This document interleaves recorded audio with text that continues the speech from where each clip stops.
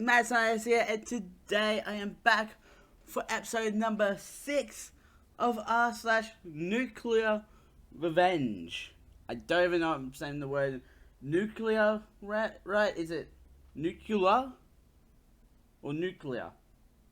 Yeah, I don't really care. Blast me down in the comments about how wrong I am. Today I have 2 stories lined up, both relating to the internet. We'll start off with this one. The time I ruined the life of an online troll. So I found this guy a while back and have been sharing my story ever since. I see a comment on my article said that this would be a good place to post. I'm not entirely proud of what I did to this man's life, but I do think it was justified. I do think that sometimes you have to fight fire with fire. The full article is below. I'll remove the link though. This is the story of the time I ruined the life of an online troll. However, now this may sound extreme. However, I believe it was justified given the circumstance and nature of my encounter. To understand how I found this individual, I need to take you back to 2015. Let's go! It was in 2015 that I would spend my days Googling pointless topics. One day I decided to look up opinions on the meaning of life.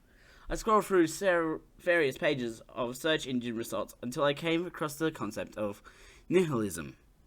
What is nihilism? Nihilism interested me because it was unlike any other belief I found on my search for the meaning of life. To put it simply, nihilism, oh my gosh, I am never going to live down how I cannot pronounce certain words, because there's multiple ways you can pronounce a word, is the belief that the world is meaningless.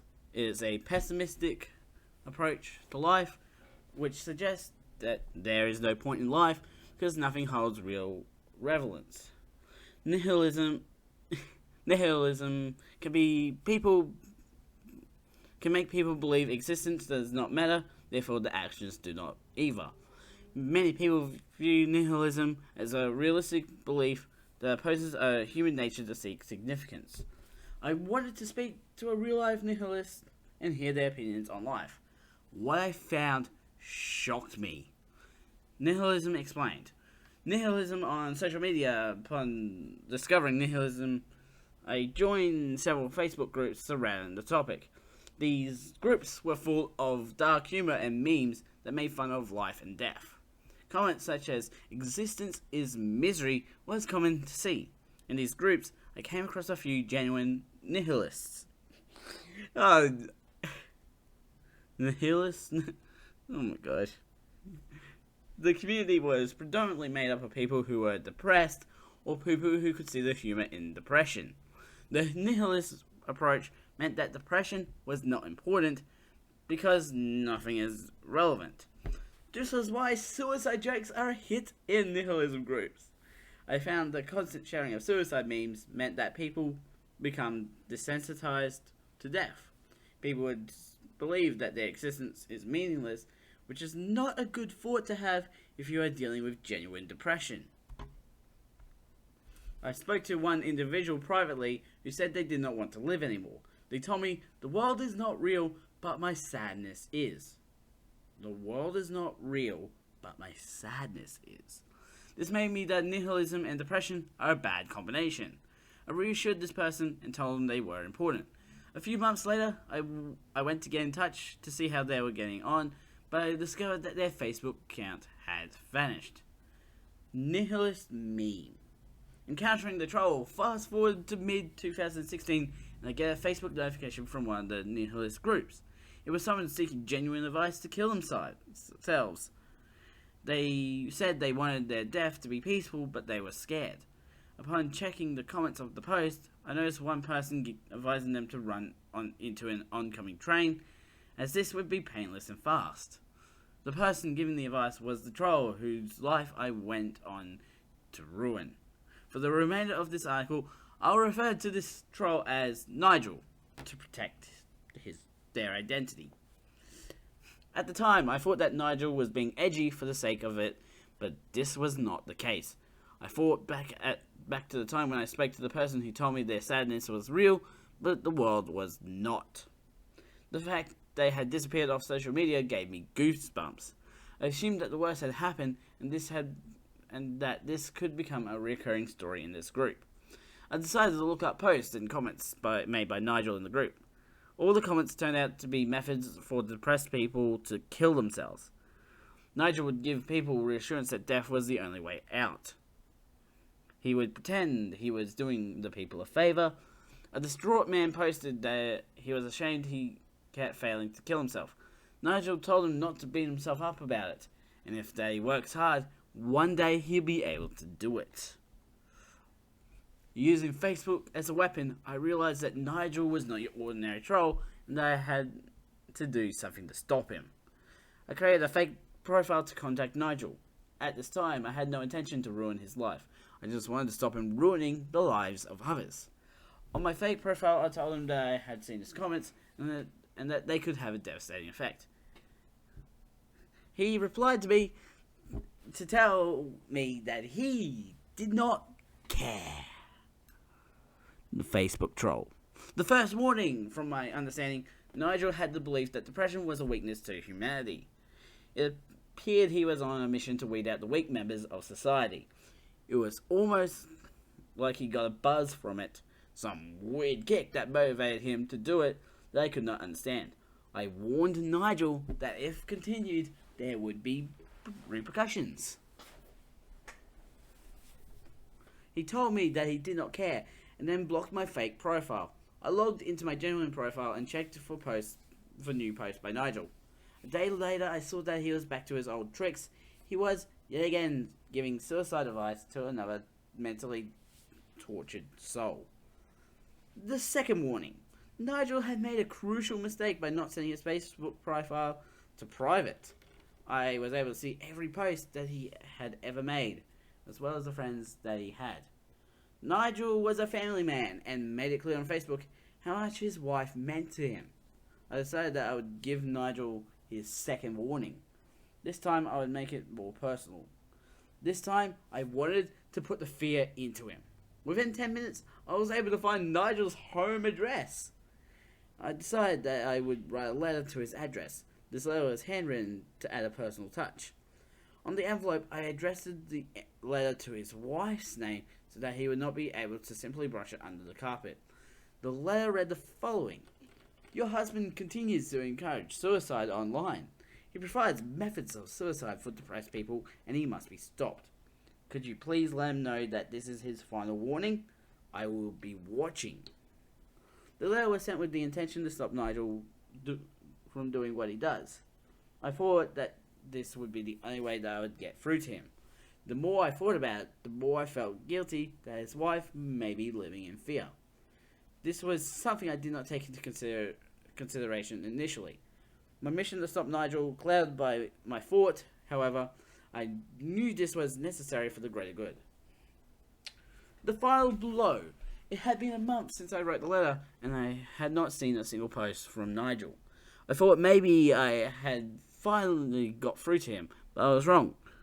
Another month had passed, and Nigel was back at it again. I was disappointed, however. I was disappointed. However, I wasn't going to give up. I wasn't prepared to give up. I reached out to the depressed victims to let them know they had my support. Nigel had to pay for his actions, but how? I decided to take a deeper look into Nigel's personal life. His use of the internet meant that his life was essentially an open book. I was stunned when I discovered that he worked at a care home. He was not someone I could trust in society to care for others. I knew I had to deliver the final blow. Nigel's LinkedIn profile revealed that he was a senior member at a care home. This care home was reputable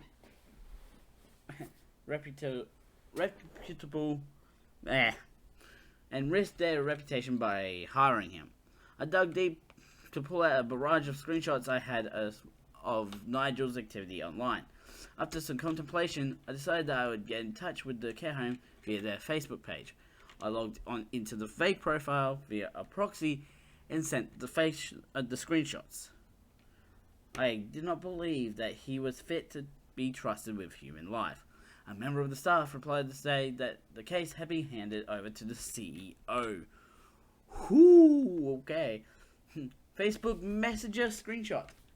The aftermath. A week later, Nigel was no longer on the company website and had also removed the care home from his LinkedIn page.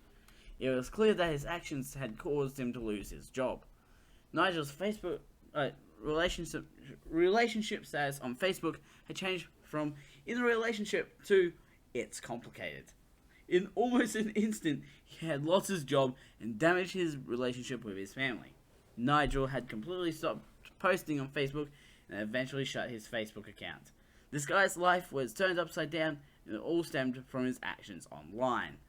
I have comfort in knowing that he'll never encourage suicide again. Everybody has their right to an opinion, but nobody has the right to prey on the vulnerable. Do I feel guilty? Of course, but then I remember all those people that he sought to destroy. This man was in a position of care.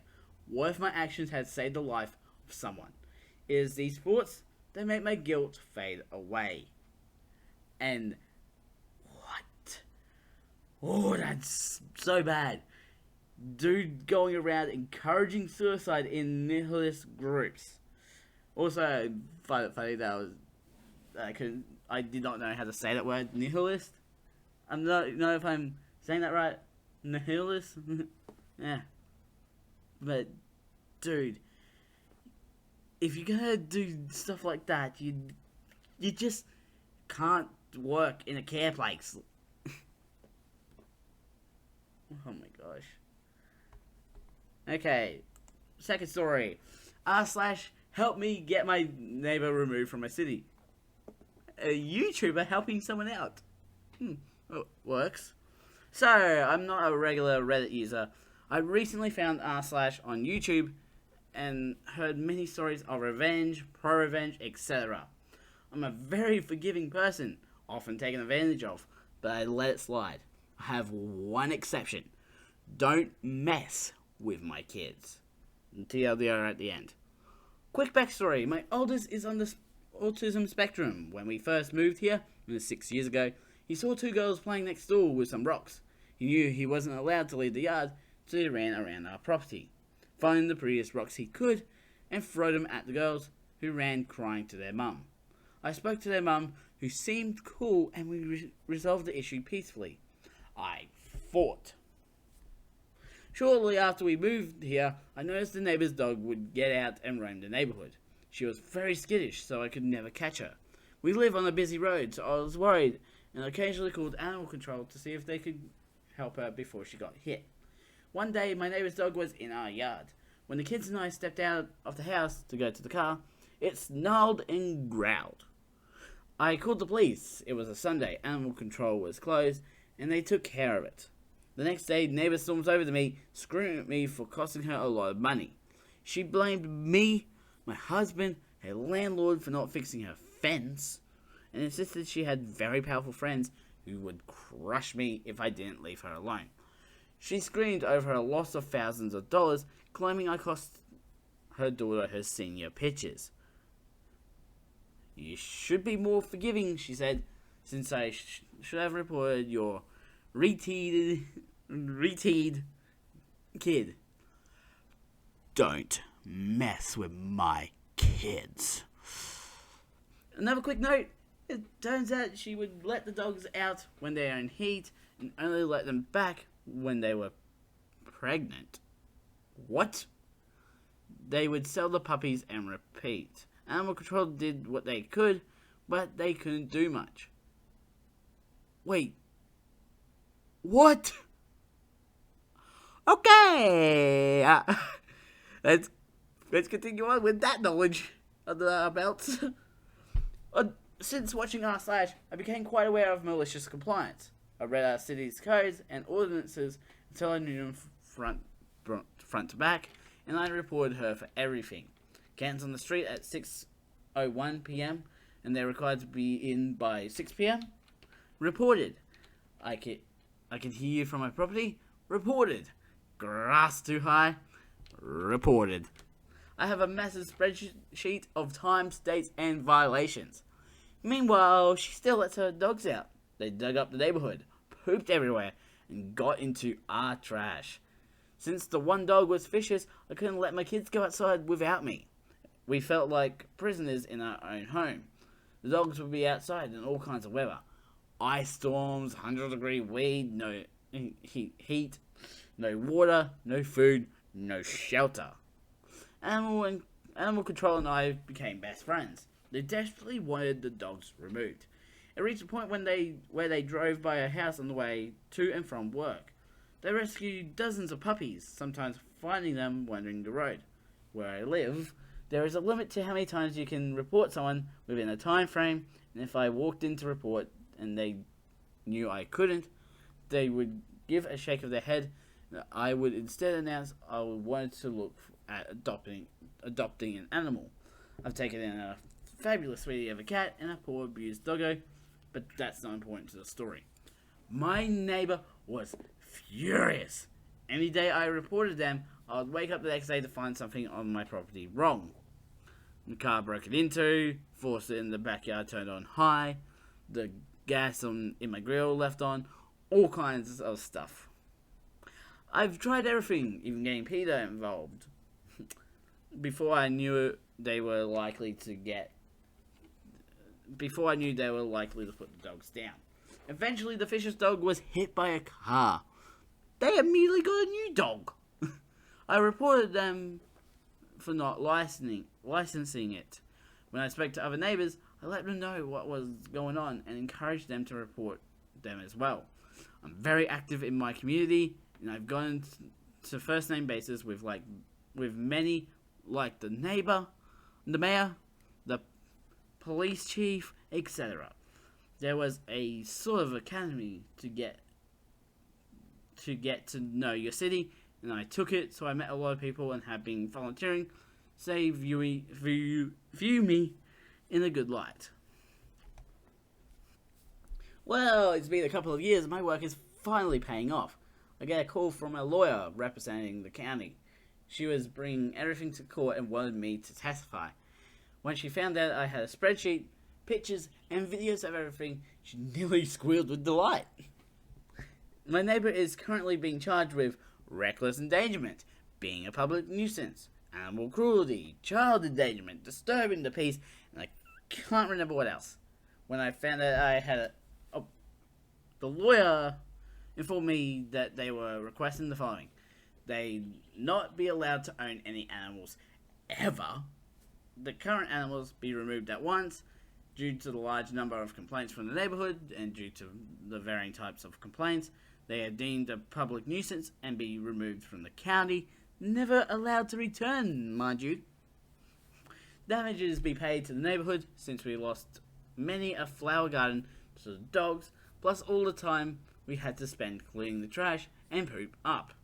And lastly, just some jail time, just as a good old middle finger to you. Now, I confess, I didn't know it was possible to be banned from a city, never mind an entire county. It wasn't my intent, I just wanted those dogs rescued. They didn't deserve to be treated like that. Bonus. A few nights ago, I was legit concerned when I heard screaming and crashing from their house. I called the police. Evidently, they got the news about going to court and why, and it started an argument between husband and wife that evolved into a screaming / throwing things event, shattering their front window in the process. They only arrested the husband, who screamed the entire time that he was going to divorce her and she would take the fall for the puppy mill by herself. I hadn't seen him since, but a lawyer showed up at my door on accident looking for her. I looked her name up. She's a divorce lawyer. TLDR, call my kid a reti while you abuse animals. I'll have you removed from the city and ruin your marriage. How does a YouTuber play into that?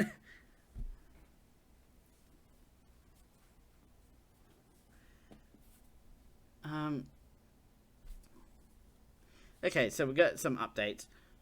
A lot of people have made the same comments, so I'll fix a couple of things. First, I'm going through chemo right now, so my brain is wonky, and I type something confusing to a lot of people.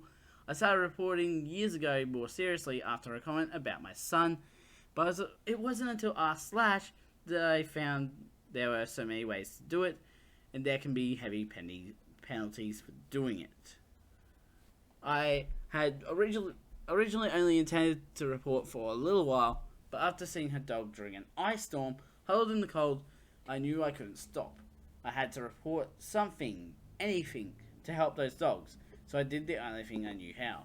I kept reporting, escalating the variety when I learned I could.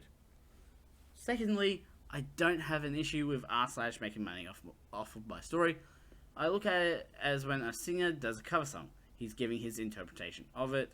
It's also great for a couple friends I have who are dyslexic. r/ is a YouTuber who reads comments, read stories out loud. I appreciate being in the video. No, I didn't lie just to get on there. I get nothing out of this. I don't have a YouTube channel. I only posted to read it twice. I just hope this story helps someone help animals. Third, no, I didn't fully go nuclear just because she used RT. Lots of people use it. I'm a gamer, I hear it a lot. It was the way she said, meant to hurt him, and if he ever looked a kid in the eyes when he asked what that word means, you know the pain it brought us. The crying, his wondering why he's different and not like other kids, and if others would always hate him just because he's different. My neighbor's kids walking by the house, throwing that word and others at us. He went into therapy and has been much better. It still hurts when someone calls him that, but he can handle it now. He's also turned into a freaking awesome person, but that's another story. Fourth, I can update after court, but I'm told I won't know the results. I could probably guess if she never has dogs again or puts the house up for sale. Or if she comes screaming at me. Oh my gosh, how many updates are there?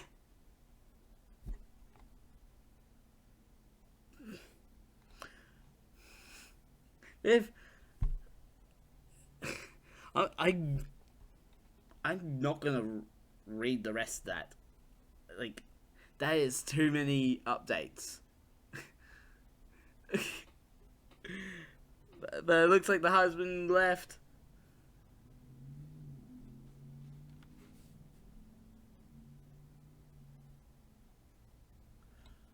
Oh, and there's... Okay, I am not gonna read the rest of that. I'm gonna end that here. Because I'm seeing some of the stuff and it's just... I'm seeing number 8 and it's just saying... Someone's just like, poison the trash. What? Oh my gosh. No. No, no, no. That's terrible. Poison. Okay, I'm just gonna end the episode here. I didn't want to read the rest of those things because it would just taken me an extra 5 minutes to read all those. So I'm going to end the episode here. Links will be in the description to my main channel and also the second channel where there's links on the screen to the playlist and the last episode. Don't forget to subscribe and hit the notification bell so you know when the next video comes out. A ding, a ding. I'm the Mad Scientist. Mad Scientist out.